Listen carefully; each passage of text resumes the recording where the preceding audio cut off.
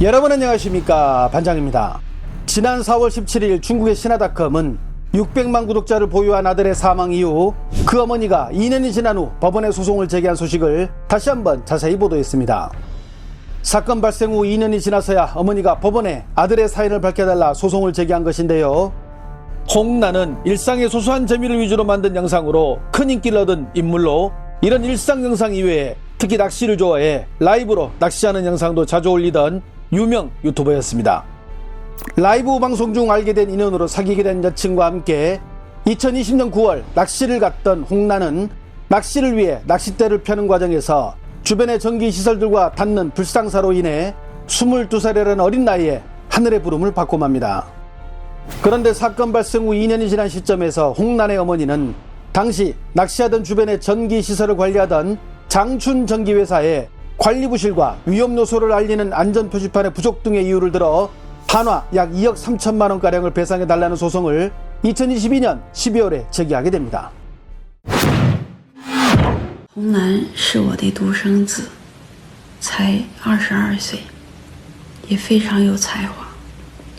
他的人生才刚刚开始，就遭到了意外。其实我们要再多的赔偿，也换不回我儿子的生命，只是希望法院查明事实，让长春供电公司承担他们应该承担的法律责任。 하지만 이번 소송을 바라보는 중국인들의 시선은 차갑기만 합니다. 허망하게 아들을 잃은 엄마가 맞나 싶을 정도로 아들이 보유 중인 600만 채널의 계정을 그대로 유지하며 자신이 등장해 각종 방송을 하는가 하면 당시 아들과 같이 있는 여자친구도 책임이 있다며 계속 비난을 퍼부는 등 일반인들이 이해하기에는 힘든 행동들을 연이어 해왔기 때문입니다. 게다가 소송을 걸려면 사건 발생 후 바로 진행하는 것이 정상인데 2년이 지난 후에야 각종 이유를 들어 2억 원이 넘는 소송을 진행하는 것도 아들의 정확한 사인을 밝히는 것보다는 경제적인 이득을 취하기 위해 벌이는 행동으로 사람들은 보기 때문입니다. 홍난뿐 아니라 이렇게 영상을 찍다가 허망하게 삶을 마감해 중국에 충격을 준 이들이 많은데요. 26살의 우용닝은 온라인에 각종 영상들을 업로드해 사람들의 관심을 받으면 돈을 번다는 사실을 알고 유년 시절 산악지대에서 살았던 자신의 경험을 바탕으로 남들이 해보지 못한 도시 내 100m 이상의 고층 빌딩을 오르는 영상을 제작하기로 결심합니다. 각종 건물들을 오르고 그 건물들 옥상에서 보기만 해도 아찔한 동작들을 펼치며 대중들의 큰 관심을 받기 시작합니다. 특히 각 도시마다 그 도시를 상징하는 건물에 올라 각종 고난도 장면들을 선보이면서 폭발적인 인기를 누리기 시작하는데요.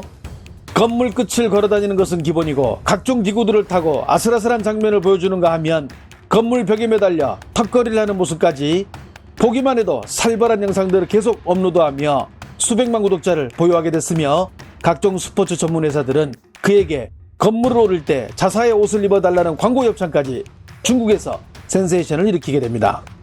하지만 지나친 욕심은 화를 부르기 마련이죠. 2017년 11월 8일 62층짜리 장샤 화위엔 국제센터 건물에서 퍼포먼스를 선보이면 2천만 원을 주겠다는 제안을 받은 그는 거리낌 없이 올라가 도전하게 됩니다. 결국 이 영상을 마지막으로 생을 마감한 그는 왜 이렇게 돈에 집착을 했을까요?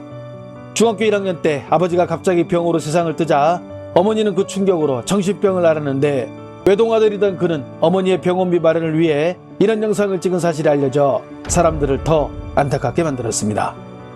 이런 안타까운 사연은 또 있는데요. 가끔씩 차들이 다니는 도로 위에서 핑크색 손수레 캠핑카를 직접 끌고 오는 한 젊은 여성의 모습이 보입니다.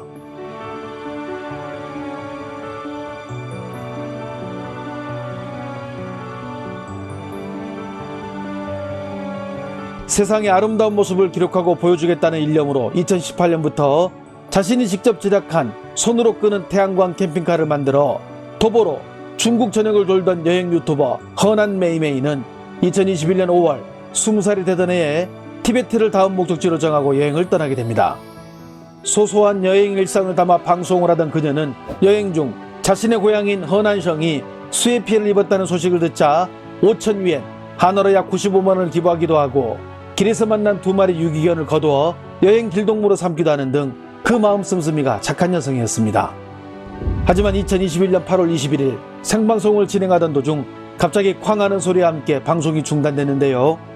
이후 경찰의 조사에 따르면 수레를 끌고 가던 도중 여행짐의 무게를 이기지 못한 수레가 한쪽으로 기울면서 앞에서 끌던 그녀 쪽으로 넘어지면서 운명을 달리하고 맙니다. 당시 이 소식은 중국 전역에 전해져 많은 이들이 큰 충격을 받기도 했습니다. 그런가 하면 영상을 업로드하기 위해 위험한 행동을 하다 결국은 명을 달리한 경우도 있는데요. 티베트 모험왕이라 불리던 30살의 왕샹쥐는 8년 동안 70여 곳의 얼음으로 뒤덮인 하천과 계곡, 산악지대 등을 탐험하는 컨텐츠로 수많은 편을 거느린 성공한 유튜버였습니다. 주로 일반인들이 가보지 못한 오지를 영상으로 보여줘 많은 이들의 호응을 얻었는데요. 2021년 3월 그는 티베트 자치구의 자리현에 있는 한 계곡을 건너는 영상을 찍게 됩니다.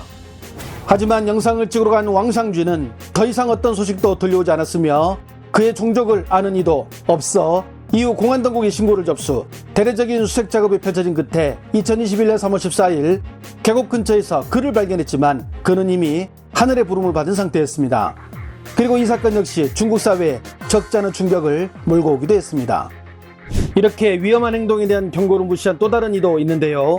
건설 현장에서 남성들의 전유물로 여겨지던 대형 크레인을 23살의 샤오치우메이라는 젊은 여성이 운전하자 그 등장만으로도 많은 이들의 관심을 받았습니다. 처음에는 크레인 안에서 가벼운 댄스를 추고 크레인으로 일하는 영상으로 떡상을 하던 그녀는 좀 더 욕심을 내는 무리수를 두기 시작. 결국 크레인에서 업무를 마치고 내려오는 모습을 보여주려 촬영을 하다 사고로 이어져 안타깝게 삶을 마감하게 됩니다. 사고 이후 그녀는 유치원을 다니는 2명의 자녀를 둔 엄마였다는 사실이 알려져 안타까움을 더했습니다. 이런 사고뿐 아니라 자신의 구독자에게 화를 입은 경우도 있는데요. 허난성 위베이 지역의 한 자동차 운전학원에서 경비원으로 일하는 33살의 짜오 펑펑은 춤과 노래를 좋아하는 두 아이를 키우는 평범한 여성이었습니다. 춤을 좋아해 처음 개인 방송을 시작한 그녀는 경비복장을 입은 채 운전학원에서 면허증을 따기 위해 연습하는 사람들을 격려하기 위해 그들 앞에서 춤을 추기 시작하는데요. 이 영상이 이른바 떡상을 하면서 8개월 만에 60만 명이 넘는 구독자를 보유하게 됩니다. 여기에 자신감을 얻은 그녀는 라이브 방송을 통해 댄스 실력을 선보이고 구독자들과 소통도 강화하게 됩니다. 그 가운데 평소 그녀에게 호감을 갖고 있던 한 팬이 10만 위엔, 하나로 약 2천만 원가량의 별풍선을 쏘면서 그녀의 관심을 받으려 노력했고 오프라인에서 거듭 만나기를 요청하지만 그녀는 거부하게 됩니다. 결국 앙심을 품은 그는 자신이 쏜 10만 위엔을 전부 되돌려달라고 요구하며 만나서 문제를 해결하고자 하여 그를 만나러 나갔던 짜오펑펑은 다시는 돌아오지 못하게 되고 맙니다. 우리는 유튜브로 크게 성공한 이들이 별거 아닌 영상 같은데 수십만 조회수로 돈을 버는 것을 보고 나도 유튜브나 한번 해볼까 라는 생각을 갖는 경우가 있습니다. 하지만 세상에 그 어느 영역도 만만한 곳은 없습니다. 구독자 1000명을 모으는 것이 얼마나 어려운 일인지 경험해보신 분들은 그렇기에 그 한 번이라는 말을 쉽게 사용하지 않습니다. 좋아요와 알림 설정은 제가 영상을 만드는데 큰 힘이 됩니다. 시청해주셔서 감사합니다. 행복한 하루 보내시길 바랍니다.